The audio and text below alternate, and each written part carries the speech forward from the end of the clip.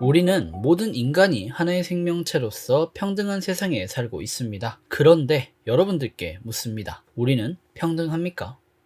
프랑스의 시민혁명, 미국의 독립혁명 등 각종 역사적 사건으로 우리 사회에는 태생적 계급이 사라졌지만 자본의 유물의 경계로 보이지 않는 선이 존재합니다. 금수저, 은수저, 흙수저가 대표적인 예시죠. 자유라는 이념 아래 존재하는 자본주의 체제가 주는 모순점이 바로 이러한 지점입니다. 계층을 없애려고 도입했던 자유가 역설적이게도 또 다른 계급사회를 낳고 있는 것이죠. 이런 흥미로운 이야기는 그간 영화의 소재로 빈번히 활용되었습니다. 대표적으로 봉준호 감독의 작품이 그러하죠. 우리 사회를 상징하는 열차라는 수평적 공간에서 꼬리칸과 1등칸의 계층 갈등을 보여준 설국열차, 지하실과 지상이라는 수직적으로 대비되는 공간 안에서 기생하는 기택가족의 이야기를 통해 현대 자본주의의 맹점을 꼬집은 기생충까지, 빈부와 보이지 않는 계급의 문제는 우리 삶과 밀접한 관련이 있기에 영화의 단골 소재로 활용됩니다. 그리고 오늘 이야기할 더 플랫폼도 마찬가지로 수직 감옥이라는 수직적 구조의 건축물 속에서 등장인물의 행동을 통해 현대 자본주의의 맹점을 여실히 보여주고 있는 작품입니다. 평소 영화의 사회적 역할에 대해 높이 평가하는 저로서는 상당히 기대할 수밖에 없었던 영화였는데요. 실제 영화를 보고 나니 재미는 있었지만 기대와 달리 퍽 좋지는 않았습니다. 영화가 마음에 들지 않았던 이유를 한마디로 정의하면 영화의 주제 전달 방식이 세련되지 못했다는 것입니다. 자세한 이야기는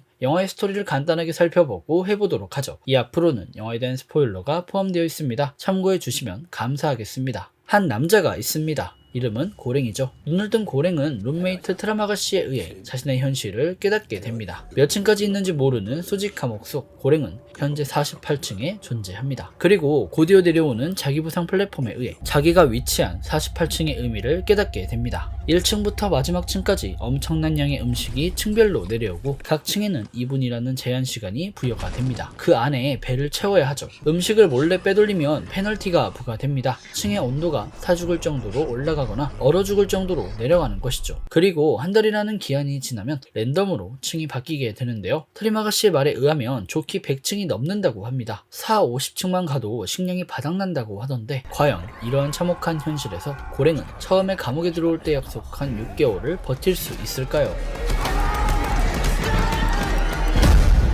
No creo que sobreviva usted mucho tiempo. 이번 리뷰는 영화의 장점부터 이야기해보려고 합니다. 우선 가볍게 보기에는 충분히 재미있습니다. 적나라하게 묘사한 수직 감옥의 비참한 현실, 층이 바뀌자 밝혀지는 트리마가씨의 정체, 그게 몰입을 도와주는 배경음의 활용 등 94분이라는 짧은 러닝타임 동안 충분히 집중할 수 있는 여러 요소들이 존재합니다. 저도 영화를 보는 동안 꽤나 재미있게 봤어요. 그리고 고랭 역을 맡았던 이반 마사구에라는 배우의 연기를 보는 재미도 쏠쏠합니다. 희망을 갖고 들어왔지만 매달 층이 바뀌면서 수직 감옥의 현실에 순응하는 그의 모습과 그 과정에서 나타나는 표정 연기 등이 꽤나 괜찮은 편에 속합니다. 마지막으로 영화가 전달하는 주제가 쉽게 와닿았다는 것도 장점일 겁니다. 우리 사회를 상징하는 수직 감옥, 그 속에서 층으로 대표되는 계급 사회, 다음 달이면 아래층으로 갈 수 있음에도 불구하고 아래층 사람들을 전혀 배려하지 않는 사람들의 극심한 이기심, 우리 사회와 많이 닮아있죠. 평소 디스토피아적 세계관과 넷플릭스 시리즈 중 블랙미러와 같은 사회 비판적 스토리를 좋아하신다면 충분히 재미있게 볼 수 있다고 생각합니다. 지금부터는 영화의 단점에 대해 이야기해보도록 하죠. 바로 작년이죠. 2019년 전 세계를 흔들어 놨던 한국 영화가 있습니다. 바로 봉준호 감독의 기생충이죠. 이 영화도 마찬가지로 지하실과 지상이라는 수직 구조를 통해 현대 자본주의의 맹점에 대해 비판한 영화입니다. 미장센, 디테일, 배우, 편집, 배경음 등 모든 것이 훌륭했지만 기생충이 특별한 영화로 자리할 수 있었던 데에는 주제를 전달하는 방식이 참 세련되었기 때문일 겁니다. 기택 가족이 독립 가족의 집에 기생하는 과정, 그 속에서 생기는 재미난 에피소드, 우연히 밝혀진 지하실의 진실과 가정부 문광의 정체 등 표면적으로는 절대로 계급, 계층이라는 어려운 이야기와는 전혀 관련이 없을 것 같은 하나의 소동에 대한 이야기인데요. 이러한 세 가정의 흥미로운 소동이 우리 사회의 계층 문제라는 큰 담론과 연결되는 지점에서 무수한 상징과 주제들이 숨어있다는 점이 참 인상 깊은 영화였습니다. 즉, 각종 비유를 통한 간접 화법으로 영화의 여러 장면들이 우리의 뇌리를 스치게 하는 작품이었죠. 특히 영화의 비극적 엔딩은 우리의 현실의 씁쓸함과 퍽 닮아 있습니다. 이처럼 간접 화법을 통해 큰 인상을 남긴 기생충과 달리 계층 문제라는 비슷한 소재를 다룬 더 플랫폼은 주제 전달 방식에 있어 인상 깊지 않습니다. 우선 영화가 너무 노골적입니다. 영화의 시작부터 우리는 예측을 할 수 있어요. 수직 감옥과 끝을 알 수 없는 여러 층의 존재. 이는 너무 명백히 우리 사회를 상징하죠. 그리고 제한된 시간과 음식은 한정된 재화를 뜻하겠죠. 층이 점점 내려가면서 굶주린 아래층 사람들은 인간이기를 포기하고 싸우는 것까지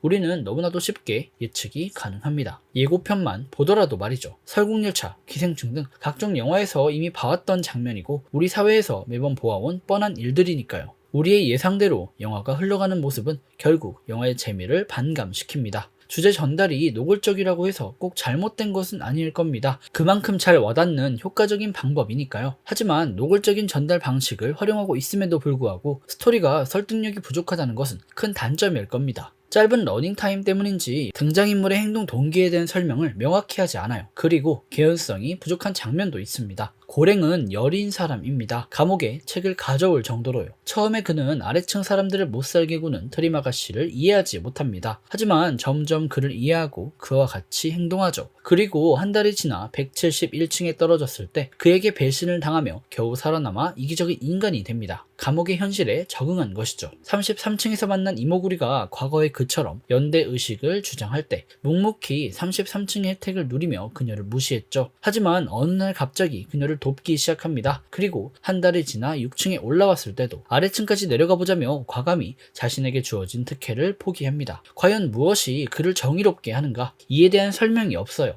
객관적으로 고랭의 상황이라면 그 누구도 밑바닥층까지 내려가자는 생각을 하지 못할 것입니다. 암울한 현실 속에서 주인공들의 행동과 선택이 주목되는 이 영화에서 행동 동기가 제대로 설명되지 않아요. 게다가 고랭이 6층에서 만난 바하랏이라는 캐릭터도 의문점이 한두 가지가 아닙니다. 밧줄을 들고 위로 올라간다니 각 층마다 2명이 먹기에도 음식이 모자란데 3명이 되길 바라는 위층 사람들이 있을까요? 그리고 바하랏은 그가 몇 층에 있었기에 밧줄을 들고 위로 올라간다는 생각을 했던 것일까요? 영화가 각 층을 경계로 생기는 인간의 이기심을 다룬 영화이기에 바하랏을 올려주었다던 동료들에 대한 이야기가 너무나도 자기적으로 느껴집니다.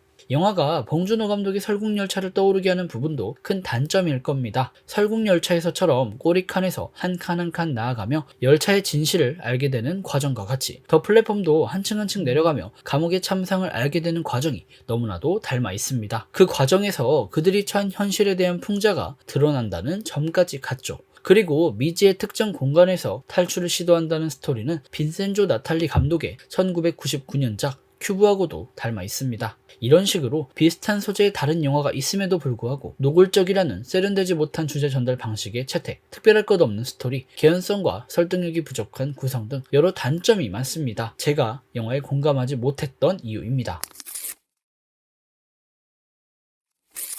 영화의 결말은 최하층인 333층까지 내려간 고랭이 아이를 플랫폼에 태워 0층으로 올려보내는 열린 결말입니다. 아이의 존재는 상당히 큰 충격을 줍니다. 이모구리의 말에 의하면 16세 이하의 아이는 플랫폼에 들어올 수 없다고 했습니다. 그럼에도 불구하고 아이가 있었던 것은 시설의 총책임자가 거짓말을 했다는 의미입니다. 이모구리를 포함한 직원들까지 속인 것이죠. 이는 자본주의 사회에선 소수의 절대 권력자를 제외하곤 모두가 그의 밑바닥에 존재한다는 극심한 양극화를 상징할 겁니다. 이어서 아이가 있었던 333층의 의미는 무엇인가? 익히 알려졌듯 서양에서는 333이라는 숫자를 천사의 숫자라고 합니다. 반대로 666을 악마의 숫자라고 하죠. 특히 악마의 숫자 666은 6월 6일 새벽 6시의 저주를 다룬 1977년 영화 오맨을 포함하여 여러 영화에서 단골 소재로 등장합니다. 333층과 666명의 사람들, 즉 천사와 악마의 공존. 이는 누누이 말씀드렸듯 감옥이 우리의 선택에 따라 천국이 되기도 하고 지옥이 되기도 하는 세상을 상징할 겁니다. 그렇다면 영화의 마지막 아이를 올려보내는 고랭의 행동은 무슨 의미인가? 다들 예측하셨듯이 시설의 총책임자의 거짓말로 인해 요리사들과 시설의 직원들도 모르는 아이의 존재를 사람들에게 알림으로써 시설의 부당함이라는 메시지를 전달하려는 의도였을 겁니다. 즉, 우리 사회의 현실로 치환해 보자면 사회의 모순점에 대해 고발하는 것이겠죠. 이것 말고는 그다지 큰 의미가 있다고 생각하지는 않습니다.